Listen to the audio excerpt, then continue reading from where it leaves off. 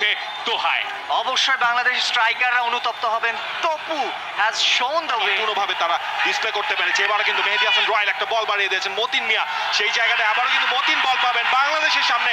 আবারও সুযোগ, ডিবক্সের সামনে ঢুকে পড়েছেন মতিন, সেখানে কিন্তু মতিন চেঞ্জে নেমেছেন জুবের শারজা। মতিন মিয়া এবং Masih Saighani. Bashundhara Kings versus Abahani limited, একটা টক্কর মাঠের অন্য প্রান্তে জমেছিল, সেখানে একটা পেনাল্টি, সেটাকে ফেয়ার মনে করেছেন। এই মুহূর্তে অন দ্য মুভ আবারও বাংলাদেশ দল রাইট ফ্ল্যাঙ্ক ধরে আব্দুল্লাহ বাড়িয়েছেন চমৎকার ভাবে মতিন মিয়া।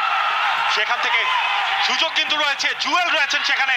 জুয়েল দেখা যাক, খানিকটা সময় নিয়েছেন, বক্সের ভেতর দিয়েছেন, মতিন রয়েছেন, তবে মতিন কিন্তু বলটা যে টার্গেটটা তিনি করলেন সেটা কিন্তু গোলকিপার নুরুল্লাহ আমিরি কাটব্যাক করে নিচে দিয়েছেন নূর হোসেন।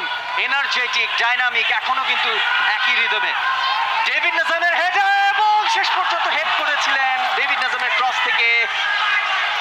আবারও আমিরি, যিনি কিনা গোল করেছিলেন আফগানিস্তানের হয়ে। আমিরির আরো একটা হেডার ছিল, ডান দিক থেকে ক্রস, সেখান থেকে হেড, এবং আনিসুর রহমান জিকো তাকিয়ে তাকিয়ে দেখছিলেন, কিছুই করার ছিল না। এবং সে এক্সট্রা টাইমের 5 মিনিটও শেষ হয়ে গেছে।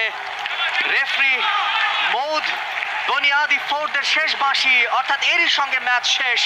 বাংলাদেশ 1 কাতার 1। হোম ম্যাচে ছিল বাংলাদেশ দলের এই ম্যাচটা কাতারের জেসেম বিন হাম্মাদ স্টেডিয়ামে, এবং সেখান থেকে একটা পয়েন্ট অর্জন করে নিতে পারা বাংলাদেশ দলের, সেটা একটা বিরাট অ্যাচিভমেন্ট। অবশ্যই আফগানিস্তান সেকেন্ড হাফে শুরুতে এগিয়ে গিয়েছিল শেরিফির গোলে, এবং 84th মিনিটে খেলা শেষের 6 মিনিট আগে কিন্তু বাংলাদেশ দলকে ম্যাচে ফিরিয়েছিলেন ডিফেন্সের নেতা তপু বর্মন। অবশ্যই আমরা তাকে নেতাই বলতে